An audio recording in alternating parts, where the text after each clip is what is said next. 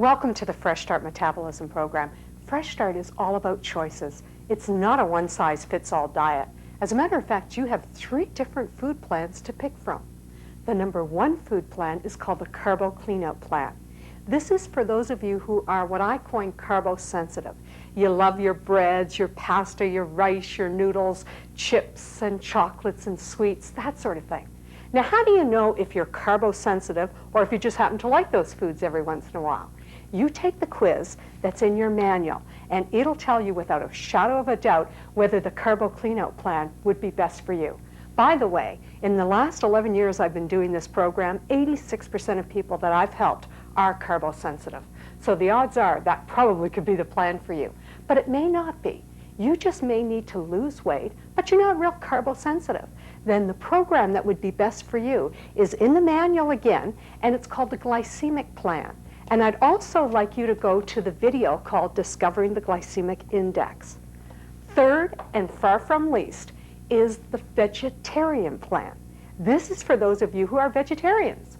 You have 2 different choices. One is to go to the vegetarian plan that's in your manual, or you can also do the Carbo Clean Out plan. Here's all you would do. Just substitute whenever I talk about meat choices, you would just substitute them for vegetarian choices, and you'll see them all in your manual. Now, let's talk about the results you're going to see, because that's what we all want to know.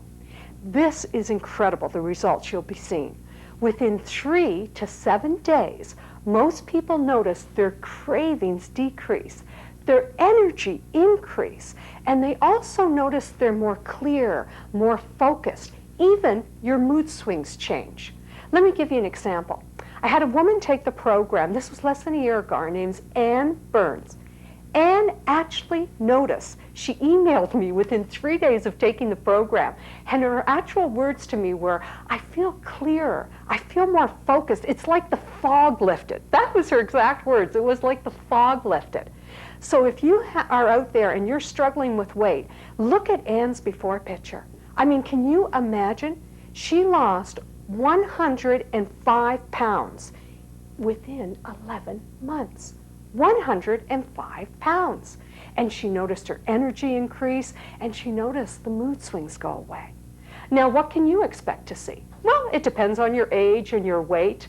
But let me give you another example, because people always say to me, how fast will it go, Kathy? Like, how long do I have to wait before I start to lose this weight? The more that you follow the guidelines I'm about to tell you about the Carbo Clean Out plan, the faster you'll see the results. But let me give you just one other example. Michael Koenig took the program, and Michael, he's a man, and you often think, you know, men, they don't diet, they're not like us. Oh yeah? This is interesting for you to know. Michael had been on every diet in the world. He said to me, I'm no diet virgin. He did diet pills, he did the support groups, he did the counting the calories, the fat grams. Think about this. In 1 month, Michael lost 30 pounds. That's right, in 1 month. And now he's down 85 pounds, and he's kept the weight off. That's what I want you to do. Whether you have 10 pounds to lose, 20 pounds, or 186 pounds like I had to lose, I want this program to work for you. So what I suggest if you're carbo addictive is go on the Carbo Clean Out plan like I had to do back in 1982. Now, what do you get to eat on the plan? Well, what I want you to do is go to your manual. In your manual, we've got all your food choices. Go to the section that it's a flip-out chart, and it'll show you all your protein choices. Now, protein, we know what that is. You got your beef, your poultry, fish, but for the vegetarians, we also have all the vegetarian choices, veggie burgers and tofu and tempeh. So with protein, you get to eat it to satisfaction. Oh, by the way, there's no counting calories. There's no counting fat grams. Forget that. We've tried that before. It doesn't work. So eat the protein to satisfaction. Then we have fats. Fats, we want to lower the fats. This is not like a high-protein diet where they tell you to have, you know, the burger and the cheese and the bacon on it. I mean, does that make sense to you? But don't you have any veggies with that? That's not what this program's about. It's about a healthy lifestyle change. And then the carbohydrate choices. And the carbohydrates are all the rest on these 2 pages. So what are we talking about when we talk about carbohydrates? We're talking about everything from breads to pasta, rice, noodles, pretzels, chips, sweets. Those are all carbohydrates. Back in 1982, when I weighed over 326 pounds, I always say I was queen of the carbs. And I'm not exaggerating. I loved my carbs. And I found that when I would go on a high-protein diet, I just couldn't stay on it because my cravings would come back to haunt me. For me, what the breakthrough was when I learned about the glycemic index. When I learned about this scientific study, it was like manna from heaven. It was like the skies broke open and the heavens came down on me because it was information that I could use for life. And what this information taught me was that not all carbs are created equal. What do I mean by that? Well, scientists took a group of people and they gave them 1 ounce portions of all different carbohydrate foods to see how they would react in the bloodstream. Some of these foods raised the blood sugar crazy. Other foods just kept it nice and balanced. Let me give you an example. This is a little graph I made up to show you how they rated different foods. The scientists took glucose as sugar as your indicator, and this shows you that it raises your blood sugar 100%. Now that doesn't surprise most of us. We know what happens when we start to eat a lot of sweets. Up goes our blood sugar, and what goes up must come down. Those are those sugar blues that happen to us. Now this may interest some of you. If you go and eat a white or a whole wheat bread, it raises your insulin 70%. That's pretty high, from 100 to 70. Does that mean we can never ever have breads again? Would I do that to you? Here's the good news. If you go for a pumpernickel or a whole grain, it only raises your insulin 51%. 51 or 70, I know what I take any day. That's nothing to the glycemic index. The lower you keep it, the better for cravings. So what I'd like to tell you is that yes, you still can have bread every once in a while. Of course, we're going to lower those carbs, but we're not going to make you like a high-protein diet where you can never ever have it again. What I want to teach you is the difference between good carbs and bad carbs. For instance, I want to tell you about a very good carb that a typical high-protein diet would tell you is a no-no. What am I talking about? I'm talking about beans. I'm talking about peas or refried beans or lentils, things like that. For instance, when I'm on the road, you know what I love to do is I love to get these little puppies. You know, where you just add the boiling water and you put the lid back on them? I love them. They're easy, they're tasty, and they're delicious. But if you were to read the back, you know in the back where it has your calories and your fat, and by the way, the fat on this is like 1.5. I mean, you know what I'm saying? Like there's no fat in it. The calories are like 248. I mean, that's nothing. But here's the key, people. The carbohydrates are 45 Gs. 45 Gs on a high protein diet, they only allow you like 20 Gs a day. You know what I'm saying? Like, I mean, that's like nothing. That I could do at breakfast, much less for the rest of the meal. So do you mean to tell me if I did a high protein diet, this would be a no-no? That's what I mean to tell you. Is that crazy? Does that make sense to you? I have 2 of these puppies. When I'm on the road, I want something fast and easy. I'll have 2 of them with some of those high fiber whole grain crackers. But they're easy and they're delicious. Beans are what I term a long-chain molecule food. And by the way, in your booklet, you can check it out. We talk about different foods that expand in your body and make you feel fuller longer. And beans are one of them.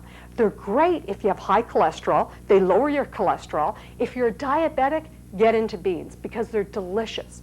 Now, in the recipe book, we've got lots of bean recipes.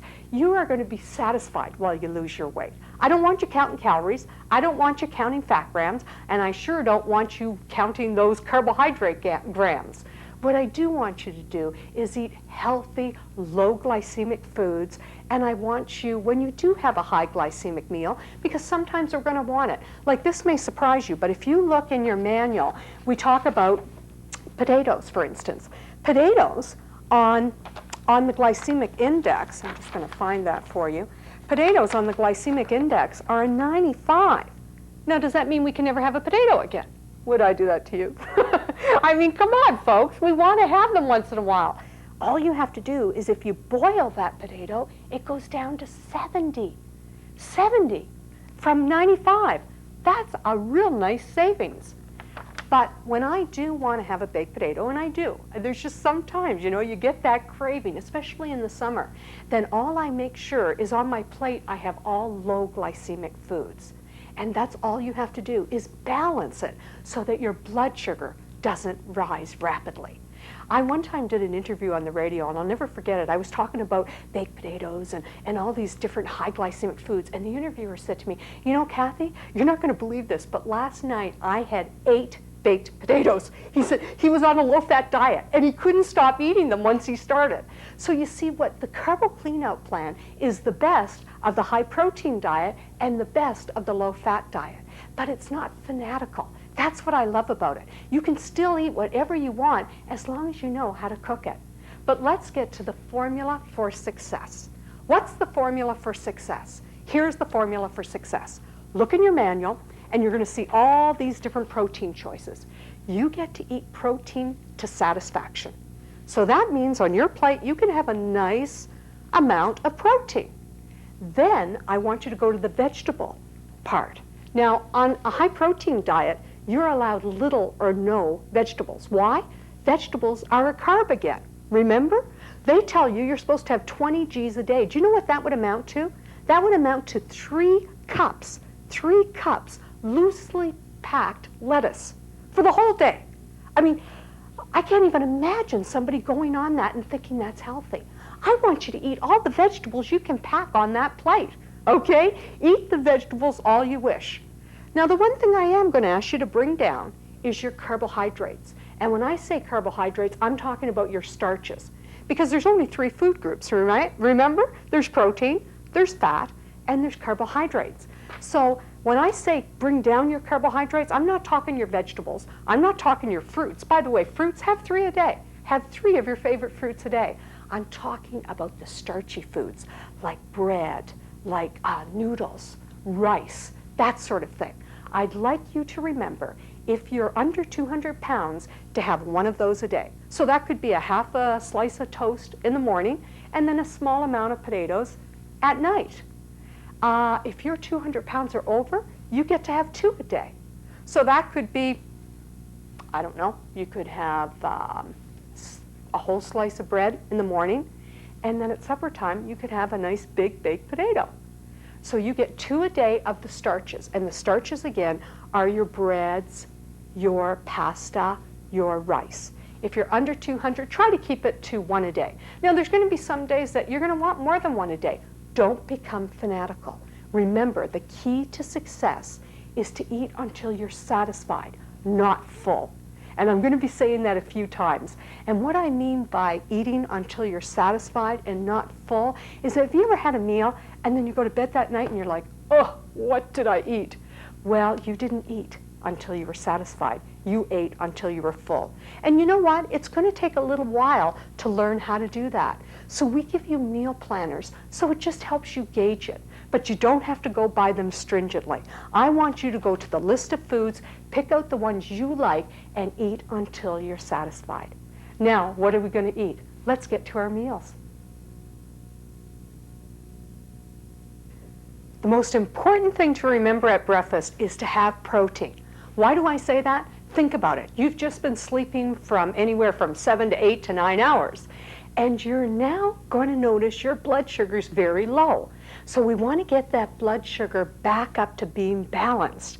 And if you go and have a whole bunch of fruit or a whole bunch of carbs, up it comes and then down it crashes. That's what happens when you eat a big, not a big, but a lot of carbohydrates at breakfast. And you'll find that around 10 or 11, you're munching again. Instead, I want you to go to protein. Here's just 4 or 5 choices for you to think about. Number 1 is eggs. Now, I don't care if you have them scrambled, fried, boiled, you name it. Hard-boiled would be great if you have to run out the door. Think about it. You could make up a few the night before, have your whole grain bread ready to go, and your favorite fruit, and you're gone. Now, you'll notice on these scrambled eggs, we have a thermogenic. That's right. There are different foods you're going to read about in the manual that actually stoke your body's metabolic fire, help your body metabolize food quickly. This was proven at Oxford Institute by a Dr. Jaya Henry. He proved that if you ate hot peppers, which is what's in salsa, my favorite meal, you'll metabolize that meal almost 20 to 25% faster. I mean, isn't that fantastic to know that we can eat different foods that will help us metabolize our meal? Now, by the way, for salsa, as long as you go for medium, unless you really can't take hot, spicy foods at all, even go for mild. But I do have to say, the hotter, the better. What's your next choice? Well, another wonderful choice for all you meat eaters out there is some lean ham. Or you might go for turkey bacon. If that's your choice, go for a lower fat, high protein meat. Then we've got some wonderful tomato slices there. We have a slice of whole grain or pumpernickel bread. That would be a wonderful meal for those of you who just really love your meats. By the way, you could have had a little bit of egg there too with your meat if you chose. For those of you who the idea of meat first thing in the morning makes you want to gag, I'm with you. There are some other choices. This is an excellent choice. Have a nice big bowl of yogurt and with some fruit with that. Why do I say yogurt? Yogurt is both a protein and a carb. It's also what I term a long-chain molecule food, meaning it expands in the system and it makes you feel fuller longer. And for those of you who say, you know, I don't even have time to get a bowl out, Kathy. I need something quick and fast and easy, then just pick up a few of these puppies, get an apple, run out the door, throw it in your gym bag or your purse, and you're laughing. That'd be a great choice for first thing in the morning. Now, there's something else I mentioned earlier. I kind of teased you with it, and I said that there is something else you could go to that is excellent for breakfast if you don't like protein. What am I talking about? I'm talking about oatmeal. Oatmeal is a great choice. Now, what I do is I get the old-fashioned oatmeal, you know, the nice big flakes. By the way, on the glycemic index that we were talking about earlier, that's only like a 40 to 50 on the glycemic index. On top of that, what I do is I get another bag of 9-grain cereal. And you know what's in that. It's got your flax and it's got your, all the different grains in it. And I combine the two of them together. I make a nice big bowl of that and I put some cinnamon on it. You don't have to if you don't, but I love cinnamon. Cinnamon is something that keeps your blood sugar balanced. So for diabetics, it's great, and for people who crave sweets, it's great. I throw a few raisins in that, and yes, I know raisins are a high glycemic food, but when you have it mixed with a low glycemic food, remember I was telling you we can do that, you're fine. And then you could put your milk on it if you drink milk, that's a protein, or you could go to soy, which is even a great choice for those of you who are really into lowering your cholesterol and you're not into dairy that much. Or rice stream is something else you can pick up at any of the health food stores. So any of those three choices are great for your oatmeal. What about if you don't like hot cereal? Well, if you don't like hot cereal, I haven't forgotten about you. What I would suggest you do is have a nice bowl of all-bran cereal. By the way, in your glycemic index, we have a whole list of all the different cold cereal choices that you could go by. All bran, and then we have bran checks, and so there's all different choices for you. Pick the one that you like and have a nice bowl of that. So we remember we have protein at breakfast other than a few of these choices I just showed you. There's one other premise that I use with this program that really makes sense for the metabolism. What I'm talking about is I want you to start thinking about eating according to the seasons. What do I mean by that? Well, in the fall and winter, I eat warmer foods, and in the summer and spring, I eat cooler foods. So I eat according to what my body needs. For instance, if it's the winter time, I'm going to have a bowl of oatmeal as opposed to a bowl of the all-bran cereal. Or I may have a bowl of yogurt if it's the summer or spring time, and if it's the winter or fall, I'm going to have maybe my scrambled eggs. So eat according to the season. Warmer foods in the fall and winter, cooler in the summer and spring. Let's recap what we've learned so far. Eat protein at breakfast, eat less carbohydrates, choose low to moderate glycemic foods, and they're in your manual. Eat according to the seasons. Eat with the seasons. And last and far from least, eat to satisfaction, not fullness. Let's go for lunch. What's the most important thing to have at lunch? Protein again, and light on the carbs. There is one exception, and I'll get to that in just a moment.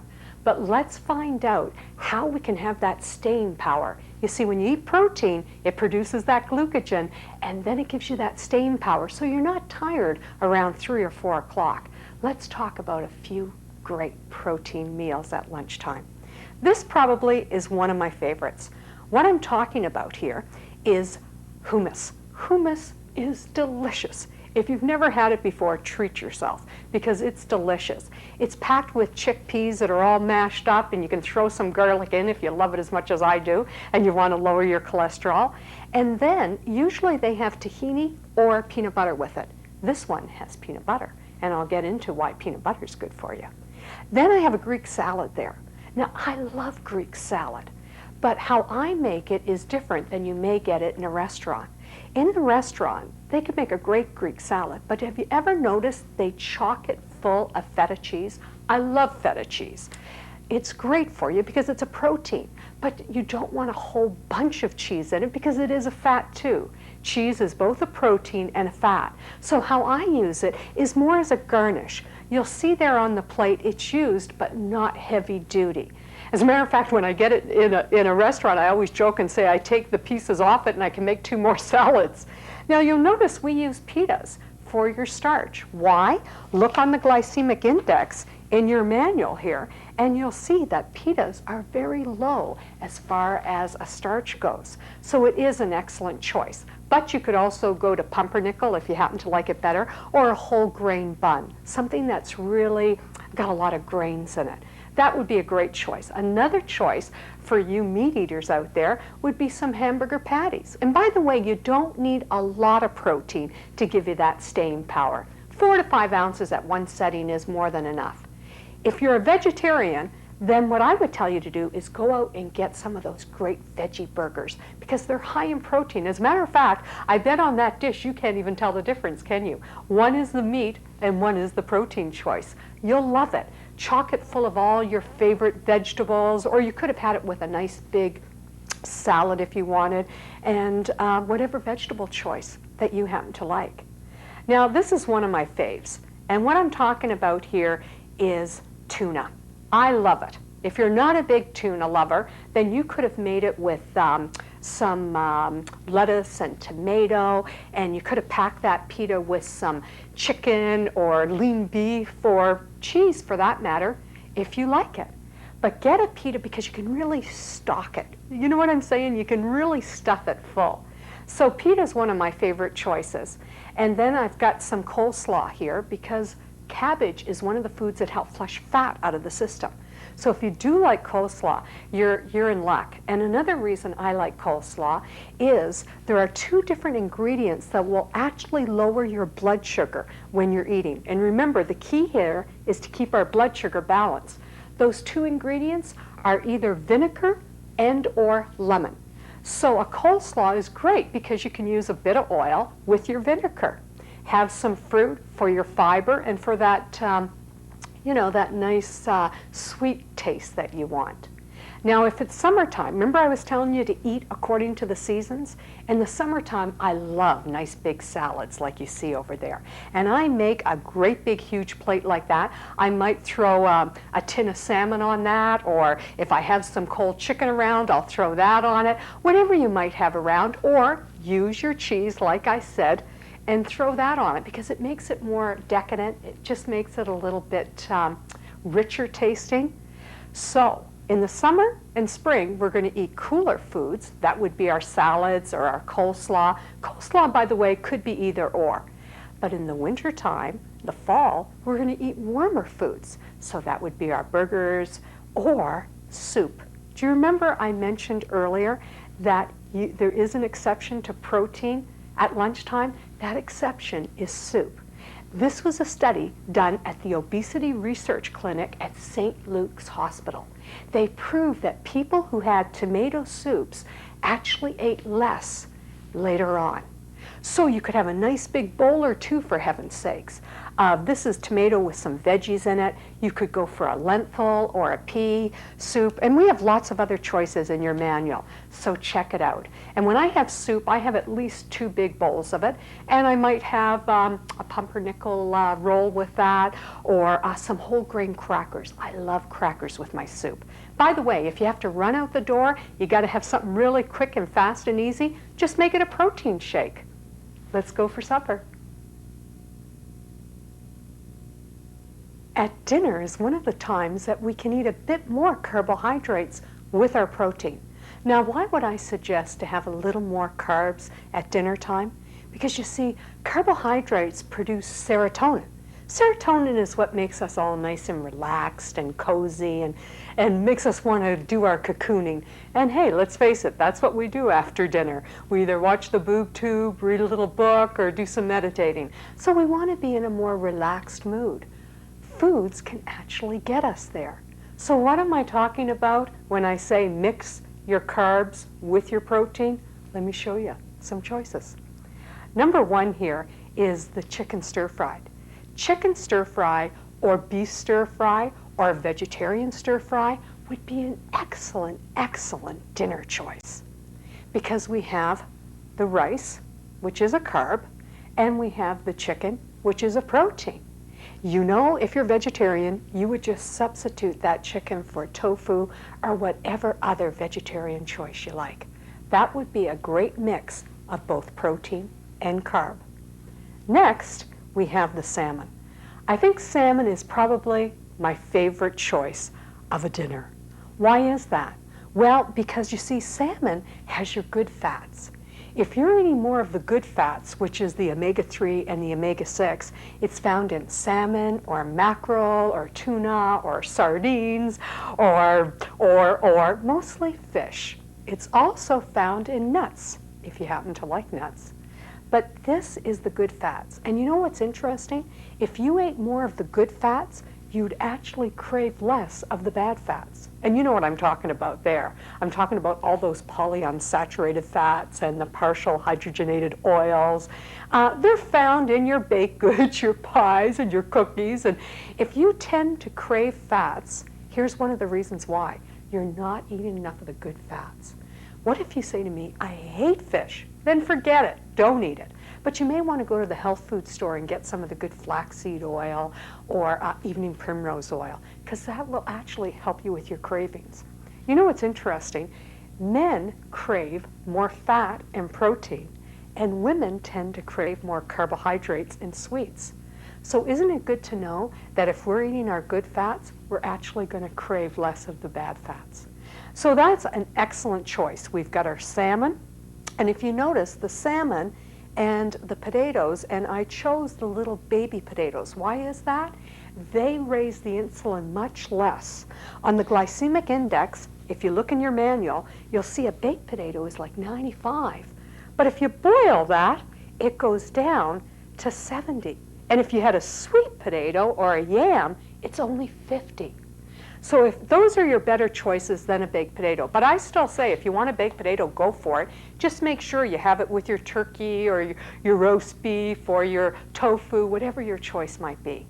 Now let's get to the last choice for dinner. And by the way, these are all just examples. If you look in your meal plan, you'll see a lot more. And also, if you're like me, I just like to be creative. I take the whole list and I mix and match, and that's what you're supposed to do. Be creative, eat only what you like. But let's get to the last choice, because everybody loves this one. What am I talking about? Pasta. Now, when it comes to pasta, not all pastas are created equal. Remember I was telling you there are some carbs that will raise the insulin and other carbs that will keep it nice and balanced? It's the same for pasta. Here's a couple of rules of thumb. If you want to have pasta, cook it so it's al dente. You know, like they do in Italy. So it's not real all soft and mushy. You want it to have a little bit of a bite to it. That will lower the glycemic index, your blood sugar. So that's one rule of thumb. And then we give you a whole list of all different pastas to go to. And you'll notice the fettuccine is only like a 35, as opposed to a white pasta, the real skinny, you know, like the angel hair, it could be up to as high as a 65. So here's a little rule of thumb. The thicker the pasta, the longer chain molecule food it would be, meaning it'll keep your blood sugar more balanced. So I tend to go for a fettuccine choice, or you know those really thick tube-type rigatoni ones? They're a great choice also. So let me just give you 2 different examples of meals. We have pasta here in a bolognese sauce, which is just tomato and some lean ground beef. Now, for the vegetarians, all they would do is put a tofu choice in there, or some kind of vegetarian choice instead of the lean beef. You know how I really like it, and this may sound crazy, but I'll tell you, it is really quite delicious. How I make my pasta, I do it al dente, so it's not all mushy, but then I use some of the spaghetti squash. And spaghetti squash, I just nuke it in the microwave for 8-9 minutes, a little bit of water, and you just take it out, and it's delicious with a tomato sauce over it. It is really yummy. So you could use the tofu in there, you could use tempeh in your tomato sauce, or you could use lean beef. But you can still have your pasta. I'm not saying to have it every night of the week, but once or twice a week, that's fine. It's not a high glycemic food if you do it by the rules I mentioned. And one other thing to remember, there's 2 little ingredients you should always have in your house. And what are those ingredients? Some lemon and or vinegar. Why? Just 1 tablespoon of lemon, like with the salmon, always put some lemon on your fish. Why do I say that? It lowers the blood sugar. It makes by 30%. I mean, that's pretty awesome if you think about it. And vinegar is another food. So when I make my salads, I always try to put oil and vinegar in it because it will lower the blood sugar 30%. Now let's go have some snacks. What's a day without a few snacks? On the program, you should have 1 to 2 snacks a day. I'm going to tell you about some that may surprise you and some that are good old standbys. But let's get to some surprises first. Number 1 surprise is nuts. Most people are surprised to think that they can have some nuts on a program and lose weight. This was a study done at Brigham and Women's Hospital in Boston. They proved that dieters on a nutty diet actually lost weight. Now, we wouldn't have a nice big tray like this, but I would take a little bowl like that, and I would take my selection and put it in there. Because I find if you eat out of a big bowl, you don't realize how much you're eating. Because it doesn't take a lot of nuts to make a big difference. What I'm talking about there is this was a study done at the Nurses' Health Study. They did it with over 86,000 people. That's quite phenomenal. That's a large study to be done. It was done with women between the ages of 34 and 59. And they proved that if you ate just 5 ounces of nuts in a month, you would lower your risk of heart disease. Why would nuts work so well? Because again, it's the good fats. And when we're eating the good fats, then we're not going to go to the bad fats.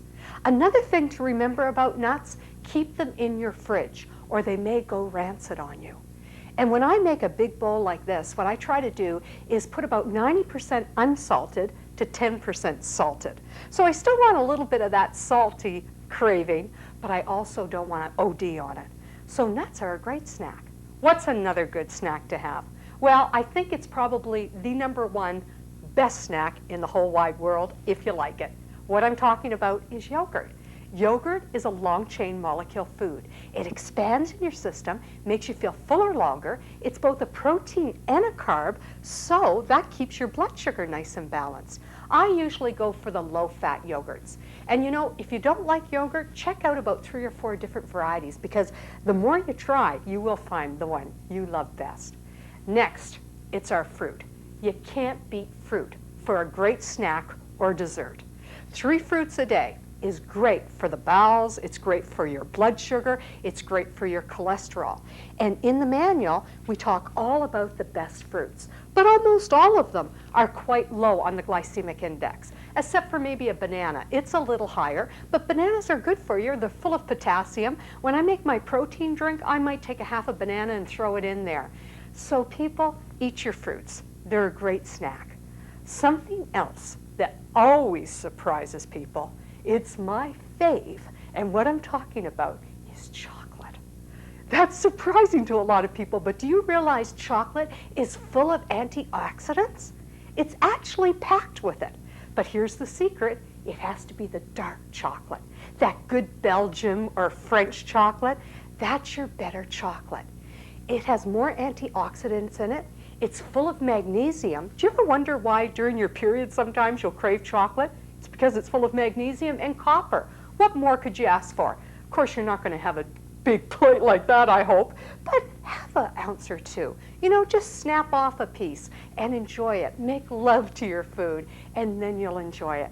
But a chocolate is actually good for antioxidants. And last and far from least is my favorite dessert. What this is here is angel food cake. Angel food cake, we're talking 0 fat, very low calories, and it's easy and delicious. What we did was put the Cool Whip in between the layers with berries. Why do I pick berries? Berries are great for an antioxidant, and they're also low on the blood sugar. So what more could you ask for? Whether it be fruit or chocolate, nuts or yogurt, and if you're a veggie lover, don't ever forget that great standby. Just get a nice big veggie plate, put it in the fridge, have your salsa or your favorite dip, and go for it. Let's recap what we've taken in so far. Eat moderate to low glycemic foods. Eat protein at breakfast and lunch and less starch. Balance your protein and your carb at dinner time. Have cool foods in the summer and spring, warm foods in the fall and winter. Eat to satisfaction, not till you're full. But more than all of that, the most important thing is to remember to enjoy your food. Make love to your food. Realize this isn't another diet again, it's a lifestyle change. As a matter of fact, speaking of lifestyle, I'd like you once a week to go out and do what a natural slim person does. What am I talking about? Once a week, I always find they go out to dinner and have whatever the heck they'd like to have. I want you to do that. Whatever your favorite meal is, make sure you do that once a week. Enjoy your life. Reward yourself. And speaking of reward, that's what Fresh Start would like to do for you. When you get this program, you know what I'd like you to do? Take the worst before picture you can of yourself. What I mean by that is just let it all hang out. Don't put anything in front of you to hide it. Just take a really good before picture. Take your measurements too, because the difference in your measurements are awesome. Then what I'd like you to do is 2 months down the road, 6 months down the road, maybe it'll be a year down the road. It depends on how much weight you have to lose. I want you to take the best after picture of yourself, and I want you to send it to me. And what I am going to do for you is give you a reward for that. We'd like to send you $200 if we pick your before and after picture. It's a way of me connecting with you, and it's a way for me to get to know you a little better. So people, to remember the most important thing about this program is to enjoy life, is to make it a lifestyle change, not another diet. I want you to enjoy life to the fullest and get ready to lose your weight and feel great.